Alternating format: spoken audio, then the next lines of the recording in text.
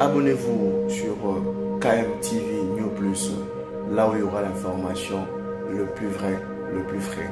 Ah oui, parce que c'est les profs de la presse qui parlent. Abonnez-vous massivement parce que vous aurez l'information vraie à la source. Parole du prof de la presse d'Azoflex.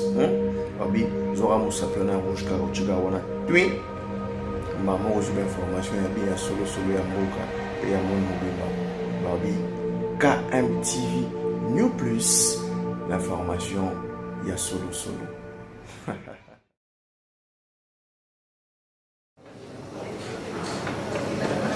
Le 23 décembre, le 23 décembre, Moïse Katumbi Chapwe, président de la République démocratique du Congo. Lokola général Toali prêt pour les élections. Tolobi le 23 décembre, Moïse Katumbi président. Et ça slogan à pas maté. Et ça slogan à pas maté. Et ça dit engagement. Et ça dit détermination na biso. Et ça dit détermination il y a leader na biso. Et bandaki liboso balobi Moïse a eu ndako et simbité parce que baekoloba ndako wana ezalaki ndako kulutu na ye kombo nezaki na kati ezali makambo na lokuta mpe bajuge oyo bajujaki affaire wana misusu babimili banda bolandaki bango nentando moke balobi mosusu baagrese bango mpo bazwa décision contre Moïse mpe asali recours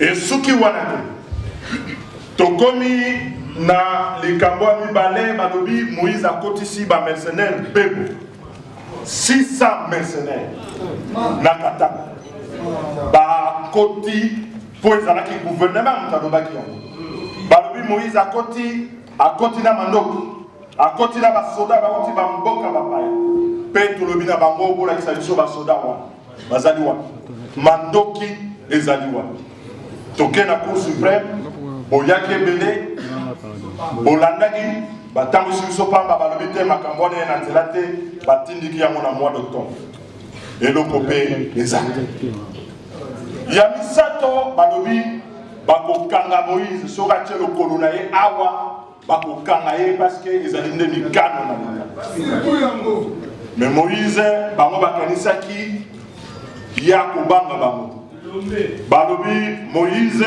akozwa courage donc nzokande ezalaki bamenase ya pamba Moïse alobi oyo ezali mboka na ngai Congo ezali mboka baboti ngai mokolo Moïse abotamaki basengaki passeport awa basengaki autorisation akota awa ezali mboka baboti ye mpe bisika bakundi motulu na ye alobi azali congolais alobi akozwa pepo aya bapekisi kopesa autorisation na pepo bolanda bilobela te bato bamesala kobuka lokuta ya mibale babibo lokola boboyi na ya na nzela ya pepo nzela ya bakolo mpe ezali azwi avion akiti na Zambie azwi mutuka na ye omonaki na bilili bolandi na bareseau sociaux aye te na frontière kokamba bato oyo bakanaki teke bakokanga Moïse soki atie lokolo awa ntango atie lokolo bango nde bakimi poste frontière mpo bakanga ye eske bokokondima yango eske bokokondima yango basali yango na ntina nini parce que balingi te Moïse apesa candidature na ye l'élection présidentielle balobi soko ye akomi azali candidat bakondima te ata moke peuple congolais lokola azali nsima na ye ensemble lokola totelemi akoleka lokola candidat l'élection présidentielle nga nakoloba na bino na baninga ya secrétariat général tozalaki na Lubumbashi Moïse akomi na frontière DGM bakani bato nyonso bakini basopi basoda basopi bapolisier bakangi bato Nzela Olonga Lubumbashi tika Sumbale Sabakangi yango. Bolandaki ndeko Christian Mwan akoswa na basoda pote bale bisabiso. Bobetele na bango. Teknologie. Tosali 2 jours na Lubumbashi. Bango bakoloba balobi Moïse akoya azala ba papier nini. Il faut boyer makango. Moïse akotambola na passeport semi-biométrique. Soki balongolaki ba passeport en circulation pour empêcher les Congolais batambola na yango. Soki baye kopesa mikano na baavion nyonso ekokita awa na kati na Congo bandima lisusu moto te na passeport semi-biométrique ezali mpona kobanga na bango epai ya Moïse bakobanga te Moïse aya awa azwa kokoti lokola bino bokani.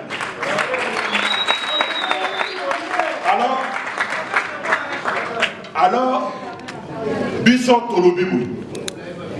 Ya liboso et komami na mobeko mboka na biso kezai na moto moko te akoko pekisa moto aya awa azonga na Congo na mboka baboti ye. Oza la président de la République. Oza la premier ministre. Directeur ya DG.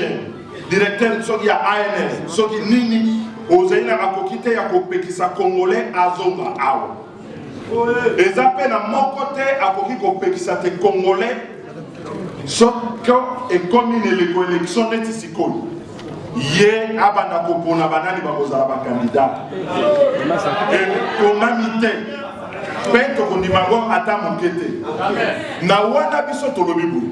Toali bato totosaka mibebu. Kasi toali pe tokobundela ekolo na biso. Ebele kati na biso bakufi batiki biso. Etumba wana. Etumba nini? Etumba mpona respect ya constitution. Ezali victoire na bino na koka bakolobaka félicitations félicitations. Te balingaki ko bongola mama na mobeko to pe constitution na koka. Balingaki te balingaki pe Joseph Kabila akende koluka 3e mandat. Soki lelo azongi sima ezali victoire na bino. Ezali victoire na bino. Bilenge batata ba mama tobima na balabala depuis 2015 tobundi na bango babomi biso ebele lelo bandeko Rossi bandeko Kapanga batika biso pone tumba wana babongo la constitution ata mokete soki bazongi sima parce que babangi peuple parce que babangi bino bayi babino victoire wana mais na lopoto tolobi ezali victoire d'État. Tokomi nano na suka te. Soki toko bunda na mboka na biso ezala tinani. Tobundi lekolo na biso kote Congolais azongela pouvoir na ye. Congolais ne arbitre. Congolais ne kokaka makama. Congolais ne koki élection yemta kopona nani akokama mboka nani akotika na libanda. Ezali majorité te. Ezali ministère de la justice ezali pe aner to PDGM te yango bolanda ki tout ça to sengi na bato ya conseil d'état to lobi na bango ya liboso Moïse azonga ya mibale ba yebisa na bato na seni ba ouvrir bureau na bango pour Moïse a déposer bo ba te et c'est salema na bango comme susu pe komami na mibeko ya mboka na biso date ya dépôt ya candidature ezali na constitution te ezali nde seni mutakomi pe soko ba empêcher moto Moïse ayaki bongonaki na frontière alobaki soki ba okanga bakanga ye mais soko lelo a déposé candidature na yete ezali na faute na yete ezali na faute na donc yango tolobi ezali te to kobanga bango. Est-ce que baina candidat malonga azali na programme malonga est-ce que bako kolonga bino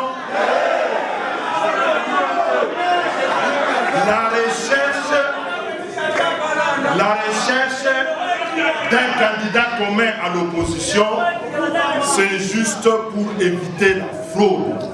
C'est l'antidote à la fraude.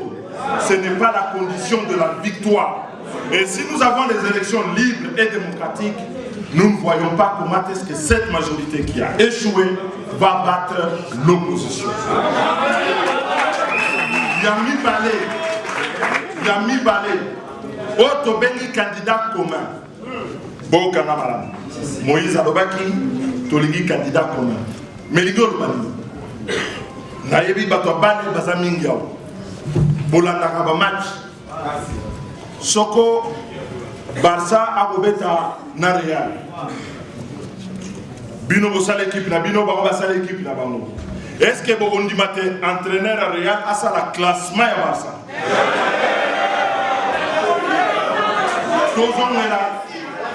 L'équipe nationale. Parce qu'il faut voir un candidat commun.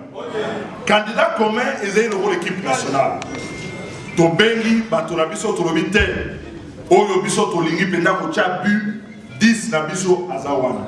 Est-ce que entraîneur ya Real topé le gros ba robeta ba beta ki wa finale ya Coupe du Monde. France a robeta contre Croatie. Et bongo entraîneur à Croatie a lobite Mbappé na lingite abeta. Ezalaka et pour moi, ce qui a le Mbappé à Robeta, Bilope Bondimi, Bolobita Tokei, parce que l'entraîneur a dit de Robeta. Candidat commun, il faut tout ça la Kaboke Seni, na candidat imposé. Candidat imposé, Elingi Kolobalini. Le long, Kabila Nabatone Balamuki Balobi, Toboyi Moïse Katumbi, Bisope Tondimi. Tolingi Moïse Katumbi te, Toluka Moussous. Lobi na wana tongo alamuki alobi Toboyi Bemba. Bisope Tondimi, alingi Bemba te, Toluka Moussous. Lokola nako kabako loba makambo akamwina sapukuna bazana procès na bango. Alobi lobi na tongo kuna aboyi Félix parce que batwana kamwina sapubazana Félix. Bisope Tondimi ke Tondimi yango. Est-ce que Tondimi yango? Est-ce que Wana est allé sous ce candidat commun? Est-ce que Wana est un candidat commun? Wana est comme candidat imposé. Dans votre sorte, na ensemble, Tolingi Bomoko d'opposition. Mais Bomoko, on a un candidat commun. Mais pour avoir subi candidat imposé, Toboyango na Motema, Yango, Tolobi, Lelo. Ce qui te bengi bino. Tolongi Tumba Liboso et Tumba Mibale Tolingi Tozwa élection inclusive. Inclusivité d'élection Elingi Kolobani. Elingi Olobate Ezate entraîneur d'équipe en face ne face à la classement. Bisonne na 4 opposition de Torosala classement. Yango Toko se mobiliser dans la base de la mission. Dans la commune, dans la province, les autres manifestations, Awa, dans le Lubumbashi, Mutamutu, Kyungu, a mobilisé dans le Lubumbashi. Donc, mobiliser, Baroya Biso, Basso, Peto Côté, tu expliquer, Barobu. L'accord global inclusif, tout ça qui n'a pas Sango, et l'Obama qui y a les Bosso, élection libre, élection démocratique, élection transparente. Élection apaisée, élection inclusive. Est-ce que Nyoso wana tosengi et c'est qu'on qui s'ami? Est-ce que Togo Rotika et Tumbawana? Yango Tolobi, il faut te expliquer bino. Te expliquer na ba base na biso, na ba comité na biso pour que le peuple congolais a tellement ne tumbo ya mibale. Alors que Tumba ya liboso me bando ki basilité. Et tout mesili na inote, bitumbe zaina, il faut tout bundana bangote, na souka, peuple congolais a zoné la pouvoir. Il y a souka, naïm sabino bouli. Oh, biso tolobi, et c'est ça la histoire de biso. Na indépendance, et belé to bota bagiti mi bakulu to bazalia wa bayebi yango, o batangi yango pe bayebi yango. Tango to bapa mbuta kasavu. Bakomi na table ronde. Balobi na bango na tango colonie. Balobi Lumumba a un problème. Bakosele bakambo balobi te. Ayi bakambo na poste. pour akangami moyen akoma na table ronde ezalité bandeko yo bakendaki kozwa lipanda basala nini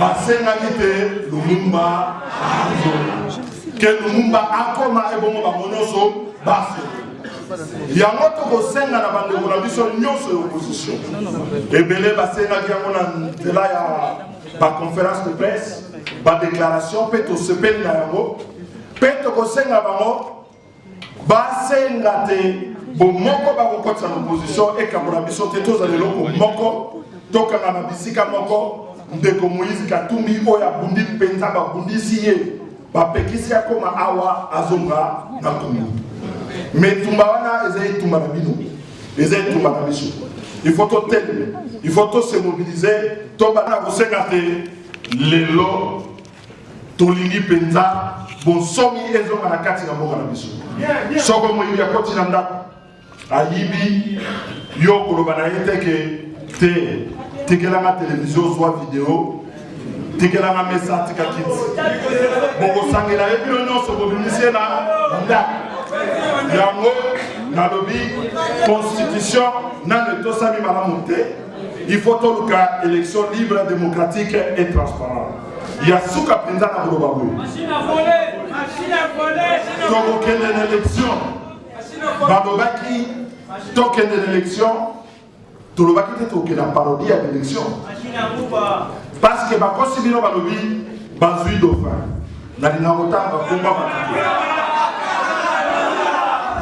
balobi bazwi dauphin mais est-ce que boyebi dauphin ya solo oyo ya majorité boyebi kombo na ye kombo ya dauphin ya solo ya majorité ezali nde machine avale yango po bayebi ke sa machine à voter sa machine à voter jamais bakolonga élection na mboka yango tokosenga na bino ntango tokotelema mpona Moïse azonga tokotelema mpe mpona kosenga te élection esalema sa machine à voter moyebi dauphin mosusu ya majorité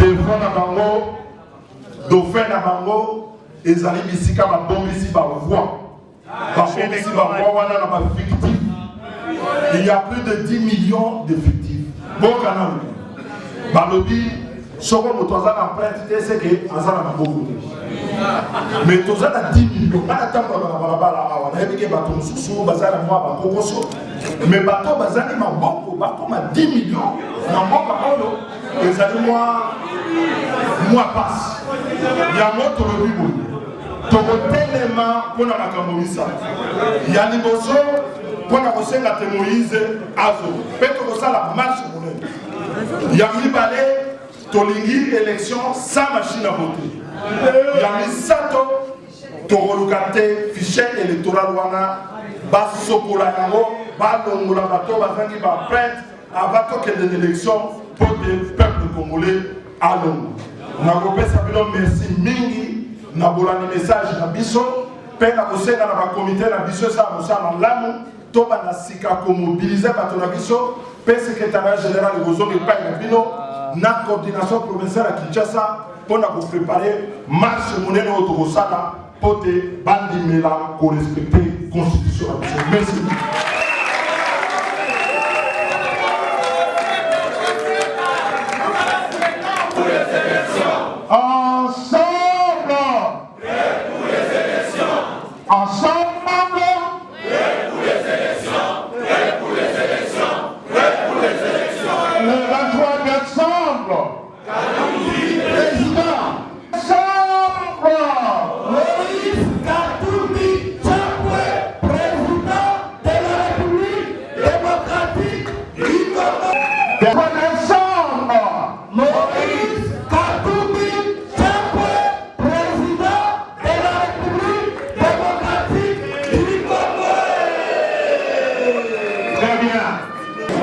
C'est dans son pouvoir. Le Conseil d'État peut faire injonction à la CENI pour réouvrir. Et si Moïse Katumbi n'a pas été candidat, ce n'est pas par son fait, c'est par le fait du prince. C'est l'arbitraire du pouvoir. Et nous nous battons pour la démocratie dans ce pays. Nous n'acceptons pas d'être vécu sur ce terrain. Si le peuple congolais a pu triompher de Joseph Kabila, qui voulait un troisième mandat et modifier la Constitution, il va l'emporter également face à lui du même pouvoir qui veut empêcher que Moïse Katumbi ne puisse revenir. Donc pour nous, nous avons la conviction de mobiliser notre peuple puisque nous sommes dans un combat juste et qui va sensibiliser beaucoup de nôtres. Nous allons. Et donc, la réponse que je donne répond également à votre préoccupation.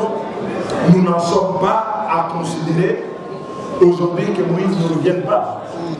Il y a 3 ans, lorsque la majorité avait entrepris de modifier la loi électorale et probablement la Constitution, vous m'aviez posé la même question.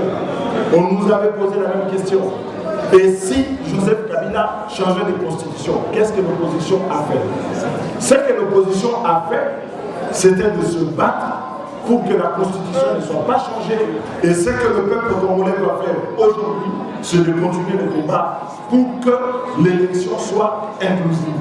Parce que telle est l'essence de l'accord, telle est l'essence de la loi et de la constitution dans notre pays. Aujourd'hui, nous lançons la campagne de sensibilisation. Il faut que notre peuple comprenne que nous avons franchi une étape, mais nous n'avons pas encore obtenu solution à notre problème.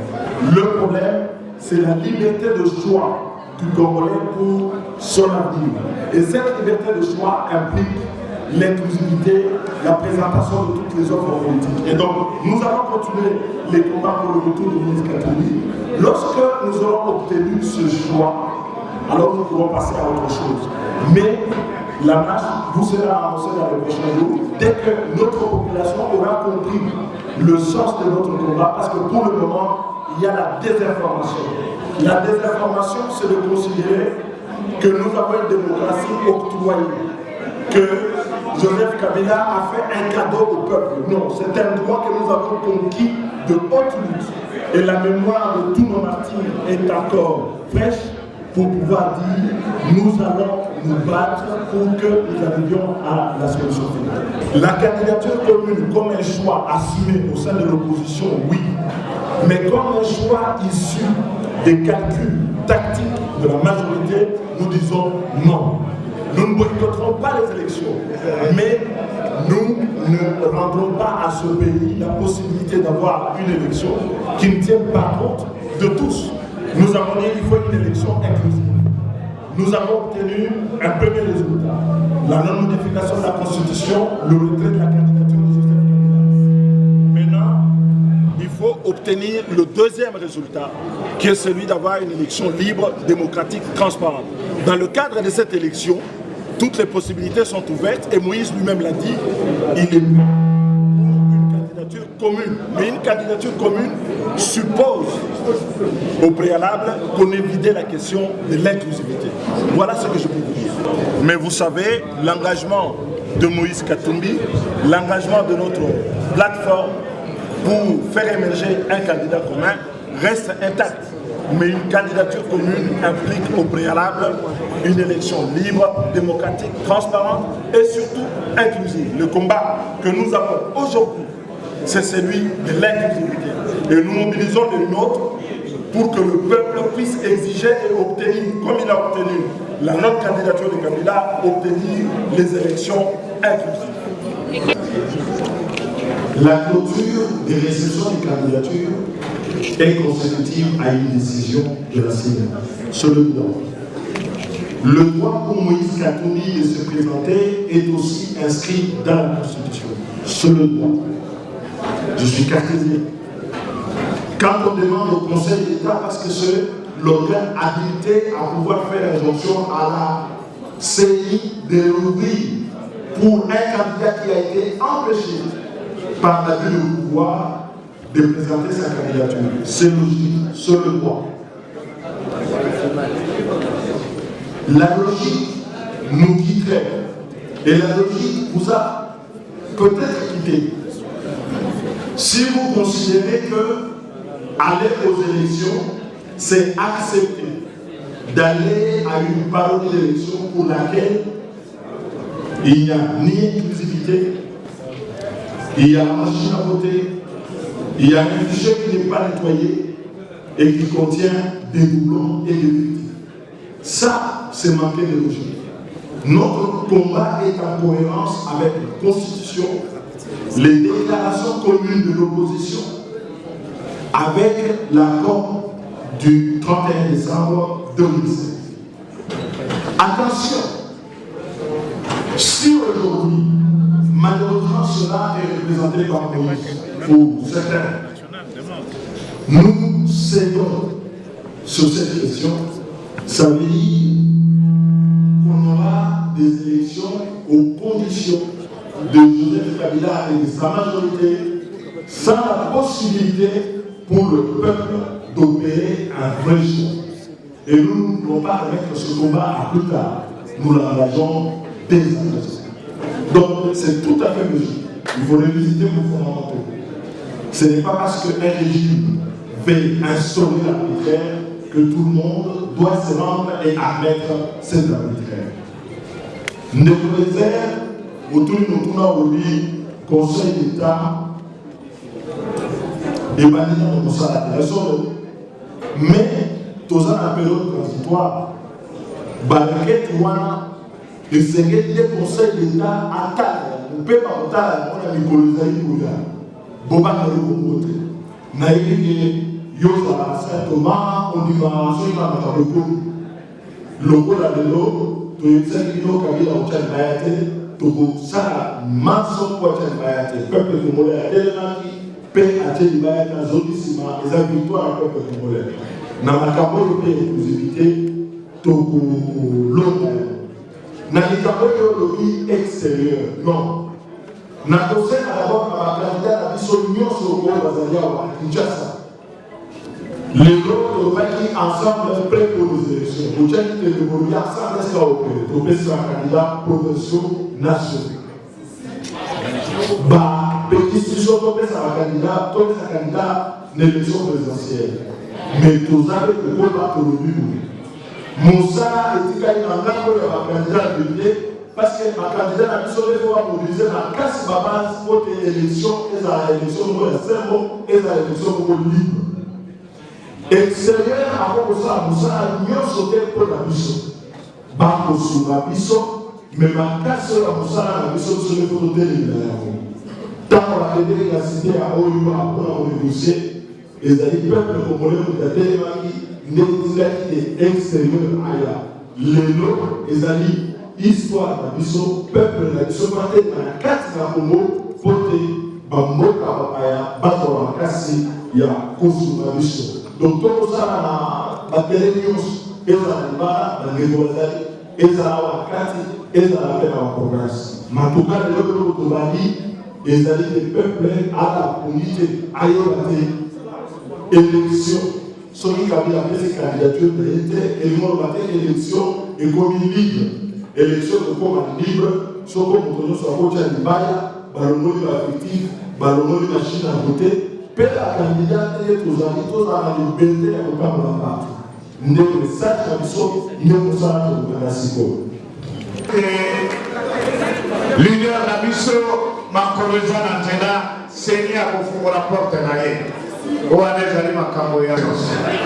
Bloqué à maman. Autonomique les autres Koutani pour Tolimbola te Mwana Mboka Katumbi akoya ko déposer candidature na ye pour soki asalaki yango ezalaki poto ya boyaki te bakonzi ya mboka motema likundu mabe bamonaki soki ye plan na bango na dauphin na bango ekobeba nde batikaki ye mais botalaka accord ya Saint-Sylvestre elobomaki ete baélection ezala inclusive transparente c'est-à-dire baarme ya Congo baso bakota toboyi baélection ate tobandi lelo tokoki kosuka na bitumba likambo oyo totelemeli yango mpo te mboka na biso ezali na expérience wana na mbula 1990 na biso awa tolobaki ke banyamulenge baza bakongole te bakendaki na kanda na kolela ntango baki koreklame nationalité na bango bitumba ebimaki ya frere yango wana ekomisi biso na situation oyo yango wana na constitution oyo tosalaki le 18 février 2005 epekisami makasi ete mwana ya Congo azala libanda ebongi biso nyonso tozala esika moko tomanda kotonga mboka na biso toboyi exclusion ote olobi exclure Katumbi mais yo mpe bakoki mpe koexclure yo mokolo mosusu mais biso toboyi baexclusion tolingi lisanga tokolonga te etumba monene oyo tolongi awa oyo tosali ke Kabila aboyi azala kandida yo kanisa ezali seki tokotelemela yango makasi pe peuple mobimba bakolanda biso parce que toboyi ba élection oyo ye aponi bato alingi ndungu epesi biso ke balingi balongola Bemba tokoyoka mpe ndungu balongola mpe Félix mais ye akotikala na nani akolekisa moto na ye na mashine na ye lokola biso tolingi ba élection inclusive ke bato nyonso bakota oyo tosalaki mpo na ye alongwa ezalaki nde étape ya liboso tokosala oyo mosusu mpo te élection ezala na kini plan B ezali plan B ezali etumba te plan B ezali makanisi na biso oyo tokosala ke pression ya peuple na biso article 64 mpe ezali arme monene na biso yango nde biso ekotinda ke bachange yango mpe bakochange mpo likambo yango esalema obe na Congo te esalema mpe na mikili mosusu mais okoyebisa bana Congo nini tokoyebisaka tozala prêt pays eza na biso moto akoki koimpose biso moto te bakandidat lokuta te bamashine ya vote ya moyibi te ba 10 millions d'électeurs ya lokuta te mpo soki tokei na élection na désordre bitumba ekozonga na mboka bacontestation ekozonga na mboka biso tolingi esalema na kimia bana nyonso ya Congo bazonga tozala baélection mpona bandeko ya diaspora bazali ya mboka mosika onini okoki koloba na bango mais yango wana bayoki message bacontinue na etumba na bango bakanisa te ke le fait que Kabila apesi dauphin c'est que etumba esili etumba monene yali ya machine à voter etumba monene ezali ya bafictif 10 millions etumba ya suka ezali la décrispation pe élection ya la inclusif biso nyonso tokota mpo mboka ekota kimia tobosana bitumba tokomande ya kotonga mboka na biso bakonzi ya mboka babia kokota te bakoseli ye makambo ebele ayiba ndako aya na ba mercenaire azali italien prouver aujourd'hui que eza ya lokuta mwana mboka aye te na frontière po ya kokota baboyi kokota te le gouvernement na biso bayebisi gouvernement zambien tolingi moto wana ya te kobanga eza nini mama omoni candidat obango bapesi akoregister devant Katumbi te et d'ailleurs Kabila asungi biso sika candidat il n'est pas katangais. Il n'est pas Katanga, c'est-à-dire Katumbi, tous les Katanga ils soutenir Katumbi. Et puis ce qu'on l'ignore les canapés, comme président, il y a des provinces fétiches ceux qui vont soutenir, ceux qui vont éviter. Ceux qui Katanga a voté, province orientale va soutenir, Équateur, Bandundu, Basimbi, les candidats en il faut aller. ndeko na biso soki tolobi pe élection yango pe ezalaka pe biloko lokola est et ouest mais na est le poids lourd de l'est c'est qui c'est Katumbi po bamoni ye kakoya lokola bulldozer yango wana ba écarter porte dauphin aleka mais dauphin akoleka te tokopesa ye nzela te parce que d'abord pour le cas président il faut un programme baza na discours te bamonisi biso pasi babomi mpe mingi bayibi trop pillage ya baressource bagénocide na Kasai. Quel est ce Congolais oyo aza pena na molimo akopesa lisusu dauphin wana dauphin ya Kabila ba voter lisusu mais yango wana nde ba prévoir machine à voter na ndenge ya moyibi pe ba prévoir un peu stock ya ba fantôme électeur o ba kokotisa epa ya candidat na bango est-ce que biso tokena ba élection aboye non et moi déjà boyebi que non machine wana eza machine bozobenga machine à voler à tricher bien que dauphin o babimisi aza na poids penza te ya ko faire face na opposition na bino nyonso mais est-ce que déjà boyebi déjà que na machine wana déjà eza à voler bozobanga te que non élection eza la vraiment bilinga mais justement combat na biso wana tosiliso ya Kabila après se présenter yami balé tika tsikani problème et inclusivité il faut battre en sobaya PM oyo landini ya misat machine à voler Yami na nini? 10 millions. Okoki koleka président avec 10 millions de voix. Nandengo ya biso na élection na biso à un tour. Okoki koleka na 10 millions. Mais bango ba bomba yango na secret na kati. Pote na kati ya ba machine à voter wana ba ko changer plus. Ezali eloko moko ezaka na kati ba kotisi déjà ba kombo ya bato na bango kuna po balo ba premier eza moto na bango. Ba élection abo esuka kandenge ni mama. Esuka na bitumba. Esuka na désordre. Ekoki ko panza mboka. Katumbi alobi biso boyi bitumba. Biso pe tolobi tolande yango. Yango ana tolobi inclusif ba congolais ba pona candidat na bango balingi akoma président na kimia pe boboto. Tous ceux qui réclament des élections totalement démocratiques et libres devra s'assurer que le processus sera réellement libre et que tout le monde va mener sa campagne comme il se doit. Si aujourd'hui on empêche des manifestations pacifiques de l'opposition, on empêche des meetings pacifiques de l'opposition, demain vous allez battre campagne comment si et seulement si vous n'êtes pas sous la dictée du régime finissant de Joseph Kabila. Est-ce que tout ne rentre pas au Congo, madame? Nous le disons de la manière la plus catégorique possible. Ces élections ne seront pas crédibles et ne seront pas inclusives. Il faut en tirer les conséquences. Allez-vous soutenir notre candidat au cas où Moïse Katumbi n'arrive pas? Ça, c'est vraiment une manière mécanique de poser la question, de vouloir répondre à une question. Nous avons un candidat qui mérite. Vous devez nous aider à ce que le droit puisse triompher en République démocratique du Congo. C'est à vous de poser la question au régime en place. Vous avez dit que Moïse Katumbi a été condamné. Il revient. Arrêtez-le si ce n'est pas de l'arbitraire, jetez-le en prison, mais vous refusez qu'il rentre. Et pourtant, c'est manifestement la violation de la Constitution. Nous n'allons pas faire ce jeu-là. En plus, moralement, ce n'est pas soutenable. Ce n'est pas soutenable parce que nous avons fait un choix pertinent sur Moïse Katumbi. Ce n'est pas par les caprices du pouvoir que nous allons abandonner notre choix. C'est comme si nous avions fait par un jeu d'essai-erreur. Non, nous avons un candidat président de la République, nous avons un leadership consolidé autour de Moïse Katumbi, nous avons un programme, une vision pour le Congo, pour changer le destin du Congo par rapport à l'inanition de la République qui est sustentée par Joseph Kabila et son régime. Donc, c'est à vous de nous aider pour que la voix de la République soit entendue par tous et dans le cas d'espèce, s'il a plu à Joseph Kabila de se choisir, même par contrainte et tardivement, un dauphin, il n'a pas à s'immiscer dans la cuisine intérieure d'autres forces politiques pour disqualifier certains candidats à la présidence de la République. Nous persistons et signons que notre combat politique aujourd'hui a une identité. Identité du changement pour identité d'ensemble pour le changement. Nous voudrions bien conjuguer nos forces pour que la démocratie puisse triompher et pour que nous puissions avoir des élections réellement démocratiques, transparentes et inclusives. Il n'y aura jamais d'inclusivité avec la disqualification de Joseph Kabila. Il n'y aura pas d'écrispation politique véritable dans le sens de nos accords avec des compatriotes qui sont encore en prison du fait de leurs opinions politiques, du fait d'avoir réclamé que Joseph Kabila ne soit pas candidat.